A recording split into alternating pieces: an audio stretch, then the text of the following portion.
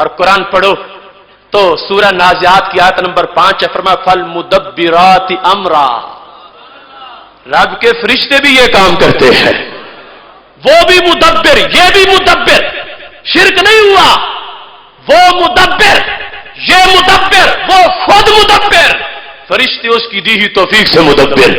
اور پھر یہاں ہی نہیں فرمایا فالمقسمات امرا، سورہ زاریات میں ہے، آیت نمبر 4 ہے، اور یہ فرشتے امر کی تقسیم کرتے ہیں، بانٹتے ہیں رزق، بانٹتے ہیں بیٹے، مقسمات ہیں، اب رب بھی دیتا ہے یہ بھی دیتے ہیں، شرک نہیں ہوا۔ اس واسطے کہ ہم نے توحید یہ نہیں بنائی کہ مدد کرنا توحید ہو، حقیقت میں سب کچھ وہ کرتا ہے، لیکن معیار الوہیت واجب الوجود ہونا ہے، مستحق عبادت ہونا ہے، وہ اللہ کے سوا ایک سیکنڈ کے لیے بھی کسی ذات کو نہیں مل سکتی، اور یہ وہ کام ہے جو رب نے خود اپنے بندے کو شان میں عطا فرمائی ہے۔ پھر دیکھ لو، آسان سی مثال اب دینے لگا ہوں، آج لوگ لکھتے پھر داتا کسی کو نہ کہو، داتا، میں پوچھنا چاہتا ہوں، لفظ داتا تو فارسی کا لفظ ہے، دادن سے بنا ہے، یہ تو عربی لفظ ہی نہیں ہے، تم کس بنیاد پر اس کو رب کا نام بنائے ہوئے ہو؟ اللہ کے نام توقیفی ہے، نہ یہ تورات میں رب کا نام، نہ انجیل میں رب کا نام، نہ زبور میں رب کا نام، نہ لفظ داتا قرآن میں رب کا نام، نہ لفظ داتا حدیث میں رب کا نام۔ اللہ کے نام تو توقیفی ہیں، یہ نہیں کہ جو اچھا نام لگے وہ رب کا رکھ دو، اجازت نہیں اس بات کی۔ تو داتا کے لحاظ سے لوگ کہنے مسئلہ توحید کا، اس لیے ہم داتا نہیں کہتے، ہم علی اجویری کہتے ہیں۔ میں کہتا ہوں داتا کے بارے میں آیت نہیں آئی، ایک نام کے بارے میں آیت آئی ہے، تم وہ بچے بچے کو کہتے ہو۔ قرآن مجید کا 14واں پارہ، خالق کائنات جل جلالہ اعلان کر رہا ہے انا نحن نزلنا الذکر وانا لہ لحافظون، قرآن ہم نے نازل کیا، حافظ ہم آپ ہیں۔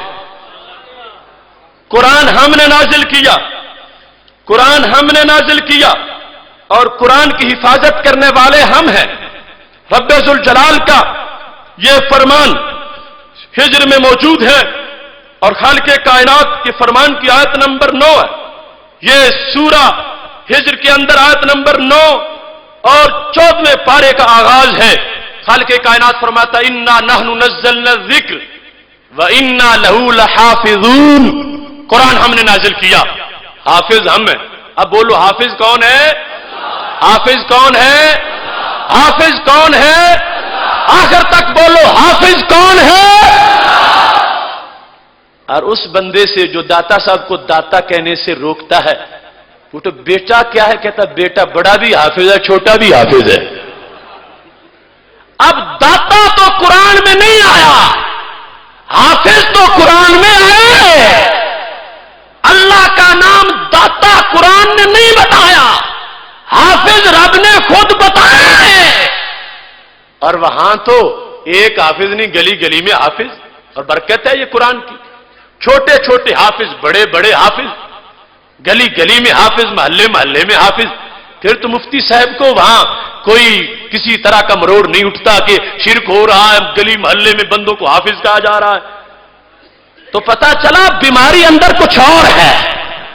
اگر توحید کا یہ ذوق ہوتا کہ جو رب پہ لفظ بولا گیا ہم بندوں پہ نہیں بولنے دیں گے، تو پھر بچوں کا نام کچھ اور رکھنا چاہیے تھا جس نے قرآن حفظ کیا ہوتا، کیونکہ رب تو بڑی تاکید سے کہہ رہا ہے وَإِنَّا لَهُ لَحَافِظُونَ، ہم ہی حافظ ہیں، ہم ہی حافظ ہیں، ہم ہی حافظ ہیں۔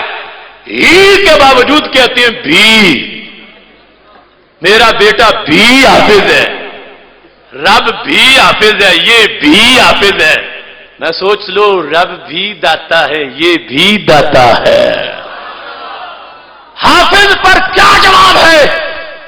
وہ دو گے تو داتا صاحب کی سمجھ آ جائے گی۔ حافظ پر یہ رب خود حافظ ہے، میرا بیٹا رب کے بنانے سے حافظ ہے، وہ بھی حافظ ہے، یہ بھی حافظ۔